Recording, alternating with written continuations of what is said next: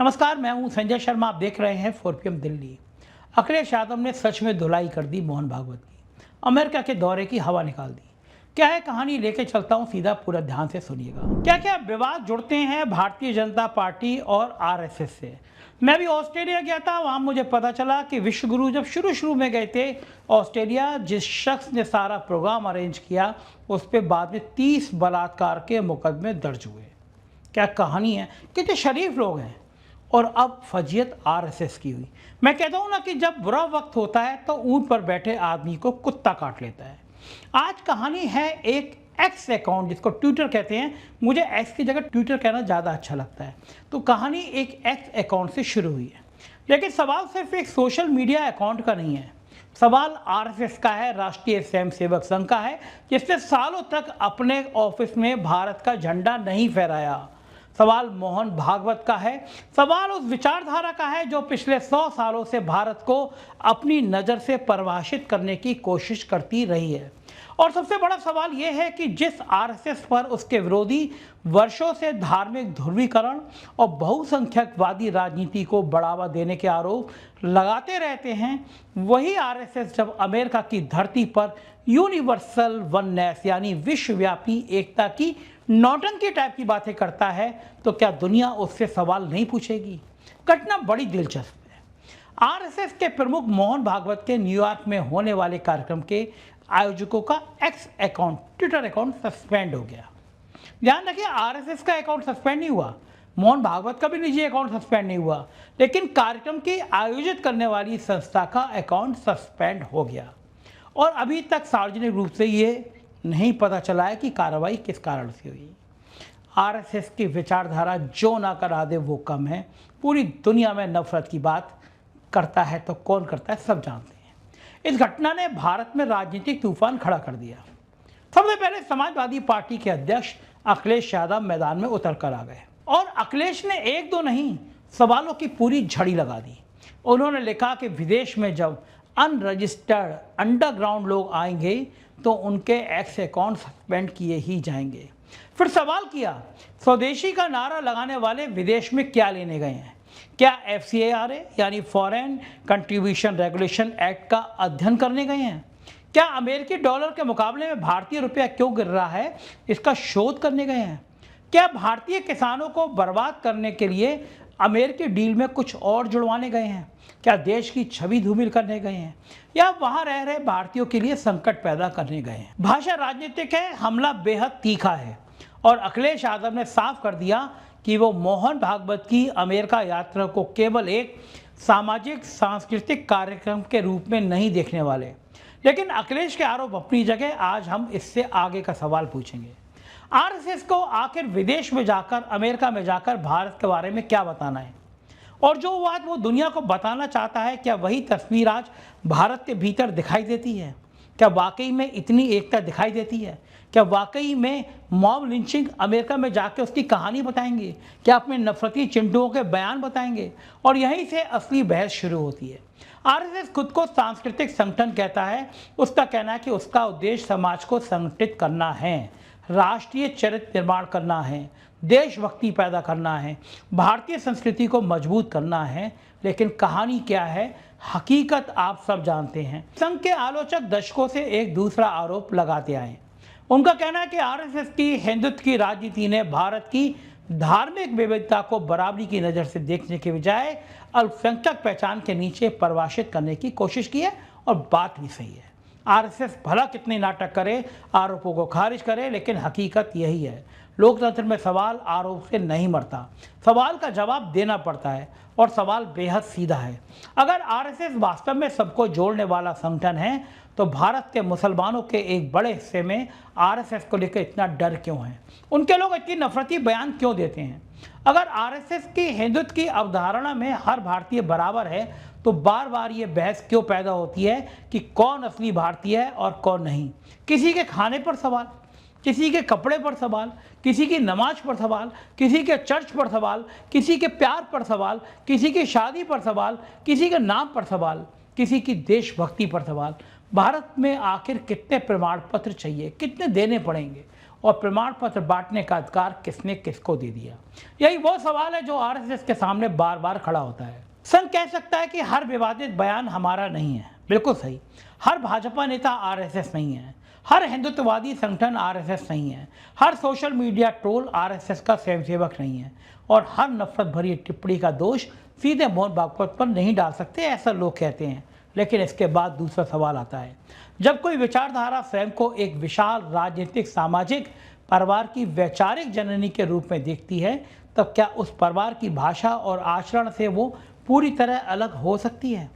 अगर घर का कोई सदस्य लगातार पड़ोसी को गाली दे रहा हो, तो घर का मुखिया हमेशा ये कहकर बच सकता है क्या कि गाली मैंने नहीं दी, किसी न किसी दिन उसे कहना पड़ेगा। बस ये हमारी विचारधारा नहीं है। किसी भारतीय से उसके धर्म के आधार पर नफरत स्वीकार नहीं की जा सकती।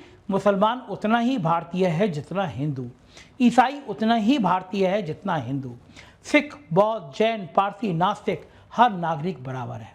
और बराबरी का अर्थ केवल संविधान की किताब में बराबरी नहीं है, सामाजिक व्यवहार में बराबरी है, राजनीतिक भाषा में बराबरी है, सम्मान में बराबरी है। आरएसएस अगर ये बात बिना किंतु परंतु के जमीन पर स्थापित कर दे तो उसके विरोधियों की आधी राजनीति खत्म हो जाएगी। लेकिन सवाल यह कि ऐसा स्पष्ट संदेश कितनी मजबूती से नीचे तक जाता है और क्या वाकई में देने की कोशिश की जाती है? मोहन भागवत ने समय समय पर मुसलमानों को लेकर बड़ी बड़ी कन्फ्यूजन बातें की हैं, लेकिन अगर शीर्ष पर की गई बातें राजनीतिक भाषणों तक पहुँचते पहुँचते बदल जाती है तो फिर समस्या कहाँ है? क्या देश का प्रधानमंत्री कह सकता है कि चुनाव जीत गए तो ये मुसलमान तुम्हारा मंगलसूत्र ले जाएंगे? ऐसी भाषा देश का प्रधानमंत्री मोहन भागवत क्यों खामोश रह जाते हैं? संघ को सोचना होगा। अब न्यूयॉर्क आई है, कार्यक्रम का भाव बताया जा रहा है एकता। संघ और एकता, क्या बात करते हैं श्रीमान। सरदार के मोहल्ले में नाई की दुकान, कितना सुंदर शब्द है ये एकता। लेकिन न्यूयॉर्क में एकता का संदेश देने से पहले भारत की तरफ भी देखना पड़ेगा। भारत की ताकत क्या है? क्या केवल हिंदू बहुसंख्यक नेता का होना भारत की ताकत है? नहीं, भारत की ताकत यह है कि यह दुनिया के लगभग हर बड़े धर्म के लोग रहते हैं। अलग भाषाएं हैं, अलग खान पान है, अलग पोशाक है, अलग भगवान है, अलग पूजा है, और कई लोग ऐसे भी जिन्हें किसी भी भगवान में विश्वास नहीं, फिर भी पासपोर्ट सबका एक है, तिरंगा सबका एक है, संविधान सबका एक है, देश सबका एक है। यही भारत है। इसलिए अमेरिका जाकर अगर आरएसएस विश्व बंधुत्व की बात करता है तो उसका स्वागत होना चाहिए, लेकिन साथ में पूछा भी जाना चाहिए कि विश्व बंधुत्व का पहला प्रयोग भारत में कितना सफल हुआ। अगर न्यूयॉर्क में कहा जाएगा कि दुनिया एक परिवार है, तो लखनऊ, दिल्ली, मुंबई, पटना, भोपाल, मुंबई, अहमदाबाद सब में यही भावना दिखनी भी चाहिए। अगर अमेरिका में कहा जाएगा कि हिंदू दर्शन पूरी दुनिया को जोड़ता है, तो भारत में हिंदू पहचान को दूसरे धर्मों के खिलाफ, राजनीतिक हथियार बनाने वालों के खिलाफ सबसे मजबूत आवाज़ आरएसएस की होनी चाहिए, जो नहीं होती, क्योंकि ताकत के संग जिम्मेदारी भी आती है। आज आरएसएस के पास ताकत की कमी नहीं है। पूरे भारत में जगह जगह उसके 5 स्टार ऑफिस बना दिए गए हैं। केंद्र में भाजपा लंबे समय से सत्ता में है, कई राज्यों में भाजपा की सरकारें हैं। देश के राष्ट्रपति से लेकर प्रधानमंत्री तक संवैधानिक पद अलग और स्वतंत्र हैं, लेकिन ये कोई छुपा रहस्य नहीं है कि भाजपा और आरएसएस का इनसे कितना निकट का संबंध रहा है। प्रधानमंत्री खुद संघ की पृष्ठभूमि से आए हैं। भाजपा के असंख्य बड़े नेता संघ से निकले हैं, यानी संघ अब ये नहीं कह सकता कि उसकी विचारधारा का सत्ता और समाज पर कोई प्रभाव ही नहीं है। प्रभाव है, बहुत बड़ा प्रभाव है, तो फिर जिम्मेदारी भी बहुत बड़ी है। अगर देश जुड़ रहा है तो श्रेय लेने का अधिकार है, लेकिन अगर देश में धार्मिक तनाव बढ़ता है तो आत्ममंथन की जिम्मेदारी भी बनती है। यहीं अखिलेश यादव का स्वदेशी वाला तंज राजनीतिक रूप से दिलचस्प हो जाता है। संघ परिवार दशकों से स्वदेशी की बात करता आया है, विदेशी आर्थिक प्रभाव को लेकर सवाल उठाता रहा है, भारतीय उत्पादन और भारतीय संस्कृति की बात करता रहा है। तो अखिलेश पूछ रहे हैं कि स्वदेशी का नारा लगाने वाले विदेश क्यों गए, अमेरिका क्यों गए? वैसे इस प्रश्न का समान उत्तर आसान है। दुनिया भर में करोड़ों भारतीय मूल के लोग रहते हैं, उनसे मिलना जाना कोई बुराई नहीं, भारत की संस्कृति पर चर्चा करने में कोई बुराई नहीं, किसी लोकतांत्रिक देश में कानूनी तरीके से कार्यक्रम करने में भी कोई बुराई नहीं। लेकिन अखिलेश का दंश नाजुक जगह पे है। वो पूछ रहे हैं कि विदेश को लेकर आपके राजनीतिक मानदंड एक जैसे हैं या सुविधा के अनुसार बदलते रहते हैं। विदेशी संस्था भारत की आलोचना करे तो विदेशी हस्तक्षेप, विदेशी मीडिया सवाल करे तो भारत विरोधी एजेंडा, विदेशी विश्वविद्यालय सवाल उठाएं तो भारतीय संस्कृति की समझ नहीं, लेकिन वही विदेश आपके कार्यक्रम के लिए मंच बन जाए तो विश्व बंधुत्व। ये विरोधाभास विपक्ष क्यों नहीं उठाएगा? उठाएगा, उठाना चाहिए भी। लोकतंत्र में ये सवाल जरूर उठाना चाहिए, लेकिन FCRA को लेकर भी सावधानी जरूरी है। सिर्फ किसी संगठन का विदेश में कार्यक्रम आयोजित करना कुछ न कुछ खेल तो बताता है। FCRA में कुछ तो लोचा है। RSS का खाते का मामला बड़ा लोलटोल है। सरकारी रिकॉर्ड देखें, बैंक टेल दिखाएं, प्रमाण रखें तो RSS फंसे, लेकिन कौन पूछेगा? अमेरिका डील के जरिए किसानों को बर्बाद करने वाली बात क्यों आती है? कुछ ना कुछ, ये कहीं ना कहीं कुछ तो पेच है। इन सवालों के पीछे जो राजनीतिक संदेश है उसे नज़रअंदाज नहीं किया जा सकता। विपक्ष RSS को अब केवल भाजपा का वैचारिक सहयोगी नहीं, बल्कि सत्ता की पूरी राजनीतिक दिशा के लिए जवाबदेह ठहराना चाहता है। और शायद RSS के लिए सबसे असहज सवाल यही है, आप सांस्कृतिक संगठन हैं तो राजनीतिक सत्ता पर इतना प्रभाव क्यों? और अगर राजनीतिक सत्ता पर प्रभाव है तो राजनीतिक परिणामों की जवाबदेही क्यों नहीं? दोनों सुविधाएं एक साथ कैसे मिल सकती हैं? प्रभाव हमारा, जवाबदेही किसी और की, ये लोकतंत्र में हमेशा नहीं चल सकता। और फिर बात आती है नफरत की, जहर की। भारत की राजनीति पिछले कई सालों से जिस भाषा से, जिस जहर के स्तर तक पहुंच गई है, उसे देखकर किसी भी जिम्मेदार नागरिक को चिंता होनी ही चाहिए। सोशल मीडिया खोलिए, लोग एक दूसरे को धर्म देकर गाली दे रहे हैं। नेताओं के भाषण सुनिए, कई बार विकास पीछे छूट जाता है और कब्रिस्तान, शमशान, मंदिर, मस्जिद, हिंदू मुसलमान, ये सब आगे आ जाते हैं। टीवी बहस देखिए, मानो देश की सबसे बड़ी समस्या बेरोजगारी नहीं बल्कि पड़ोसी की पूजा पद्धति हो। युवाओं को नौकरी चाहिए, किसान को दाम चाहिए, व्यापारी को स्थिर नीति चाहिए, मध्यम वर्ग को महंगाई से राहत चाहिए, बच्चे को अच्छी शिक्षा चाहिए, मरीज को अस्पताल चाहिए। लेकिन राजनीति को क्या चाहिए? ध्रुवीकरण। क्योंकि ध्रुवीकरण में हिसाब किताब आसान हो जाता है। आप कौन हैं? आप हिंदू हैं? आप कौन हैं? आप मुसलमान हैं? और आप कौन हैं? आप दलित हो, पिछड़ा हो, कौन हो? आप कौन हो? यादव? आप कौन हो? ब्राह्मण? मतलब मतदाता नागरिक से पहले पहचान में बदल जाता है। जाति की पहचान, धर्म की पहचान, इस पहचान में बदल जाता है। और जिस दिन नागरिक केवल पहचान बन जाता है, लोकतंत्र कमजोर होना शुरू हो जाता है। RSS अगर सचमुच राष्ट्र निर्माण का संगठन है तो उसे इस राजनीति के खिलाफ सबसे आगे खड़ा होना चाहिए। कहना चाहिए कि हिंदू हित का अर्थ मुसलमान विरोध नहीं, राष्ट्रवाद का असहमति का दमन नहीं, देशभक्ति का अर्थ सरकार की हर बात से सहमत होना नहीं। भारत माता केवल बहुसंख्यकों की माता नहीं, वो 140 करोड़ से अधिक भारतीयों की माता है। फिर चाहे कोई मंदिर जाए या मस्जिद, चर्च जाए या गुरुद्वारा, या कहीं ना जाए, यही कसौटी होगी। इसलिए न्यूयॉर्क का कार्यक्रम RSS के लिए एक बड़ी चुनौती भी है। मोहन भागवत दुनिया के सामने कह सकते हैं कि अगर अब भारतीय जनता पार्टी या संघ के किसी आदमी ने मुसलमानों के खिलाफ नफरत की बात की तो वो पार्टी में नहीं रह सकता। वो कह सकते हैं कि हिंदू राष्ट्र की उनकी अवधारणा यही है। वो कह सकते हैं कि किसी चर्च, मस्जिद या अल्पसंख्यक पर हमला हिंदू संस्कृति के खिलाफ है। वो कह सकते हैं कि धर्म के नाम पर हिंसा करने वाला व्यक्ति हिंदुत्व का प्रतिनिधि नहीं। अगर ये संदेश वाकई में दिखाई देता जाता है, वाकई में योगी आदित्यनाथ जैसे नेताओं को समझ आता है और संघ की शाखाओं से लेकर राजनीतिक परिवार तक उसका पालन होता है, तो ये बहुत अच्छा कार्यक्रम है। लेकिन केवल अमेरिका में कह देने से काम नहीं चलेगा। असली परीक्षा भारत में होगी, क्योंकि दुनिया अब केवल भाषण नहीं सुनती, वो रिकॉर्ड देखती है। इंटरनेट के ज़माने में इतिहास छुपता नहीं। किस नेता ने क्या कहा, किस संगठन ने क्या किया, किस घटना पर कौन चुप रहा, किस घटना पर कौन बोला, सब उपलब्ध है। और शायद यही वजह है कि भारतीय संगठनों की वैश्विक गतिविधियों पर अब दुनिया भर में बहस होती है। ये भारत के खिलाफ षड्यंत्र मानकर खारिज कर देना आसान है, लेकिन हर आलोचना षड्यंत्र नहीं होती, जैसे हर आलोचना सही भी नहीं होती। परिपक्व संगठन दोनों में फर्क पड़ता है। वो सही आलोचना से सीखता है, गलत आरोप का तथ्य से जवाब देता है। RSS 100 साल पुराना संगठन है, उससे उम्मीद है कि वो गोडसे की मानसिकता को छोड़ेगा। और अखिलेश यादव की पोस्ट ने एक और सवाल खड़ा कर दिया है, RSS आखिर है क्या? अगर वो सामाजिक संगठन है तो उसकी भारतीय पहचान सामने आनी चाहिए। उसकी आर्थिक पारदर्शिता पर सवाल पूछना गलत क्यों होगा? अगर वो सांस्कृतिक संगठन है तो उसके अंतर्राष्ट्रीय कार्यक्रम के बारे में जानकारी सार्वजनिक क्यों ना हो? कौन आयोजन कर रहा है, पैसा कौन खर्च कर रहा है, किस हैसियत से कार्यक्रम हो रहा है, कौन आमंत्रित हैं, उद्देश्य क्या है। इन सवालों का उत्तर देने में किसी साफ सुथरे संगठन को परेशानी नहीं होना चाहिए। पारदर्शिता विरोध नहीं होती, पारदर्शिता विश्वास पैदा करती है, और ये बात आरएसएस को समझ में आ जाना चाहिए। दरअसल आरएसएस की मानसिकता ने पूरे देश में भारत का नाम नीचा किया है। नफरती चिंटुओं के भाषणों ने एक सामूहिक रूप से नफरत के फैलाने वाला संगठन बना दिया है। तो इसलिए आरएसएस को यह मौका है कि मोहन भागवत कहें योगी आदित्यनाथ को सीधा संदेश दें कि अब नफरत की बात नहीं होगी।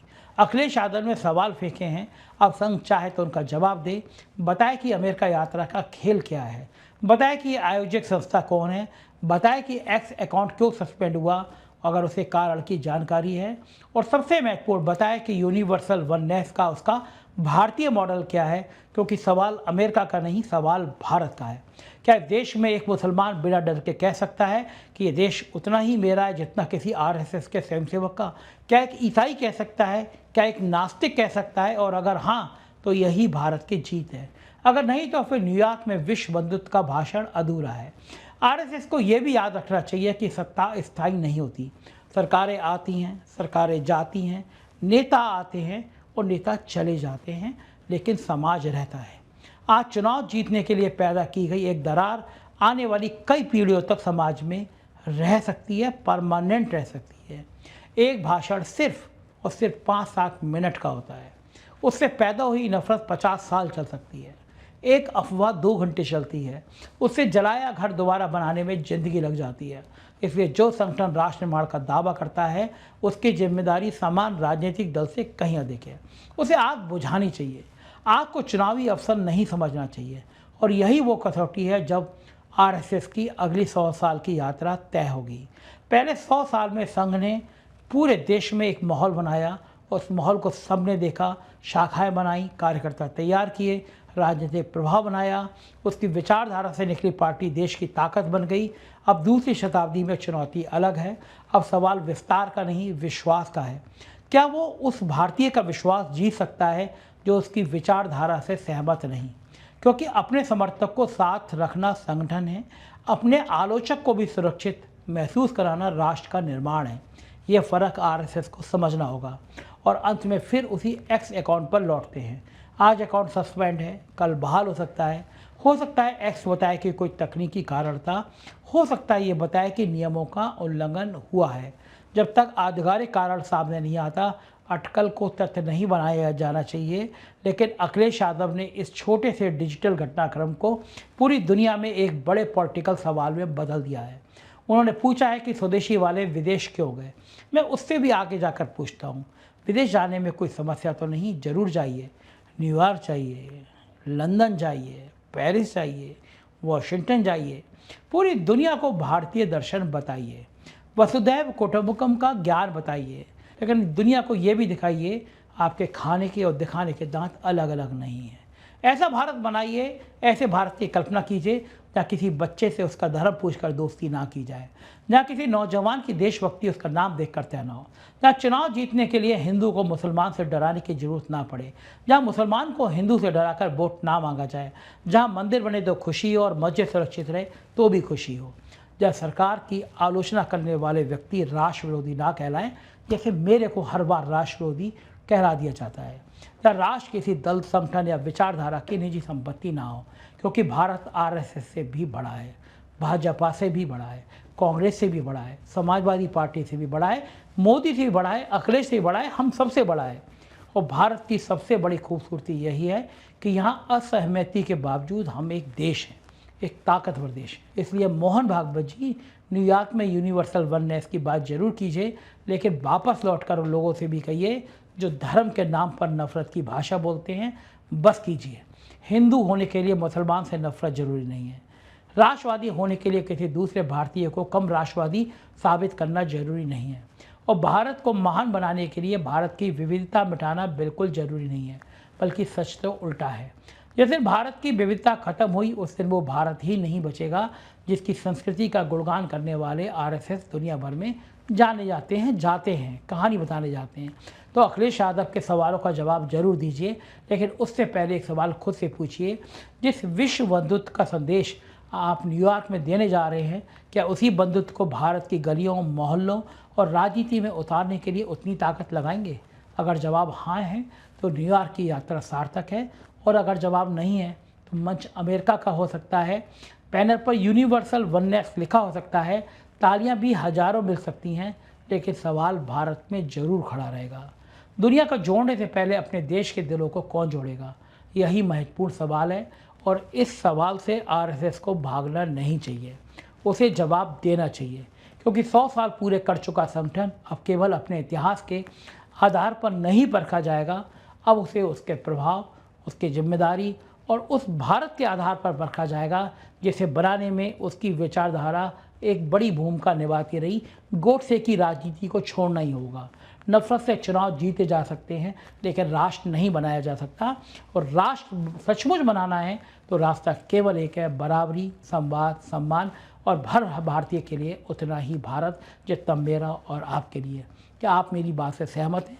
सहमत हो तो ज़रूर बताइएगा, कमेंट करिएगा, चैनल को सब्सक्राइब करिएगा, संभव हो सके तो नीचे ज्वाइन बटन लगाएं, ज्वाइन बटन दबाइएगा, हमारी थोड़ी मदद कीजिएगा। शुक्रिया, थैंक यू।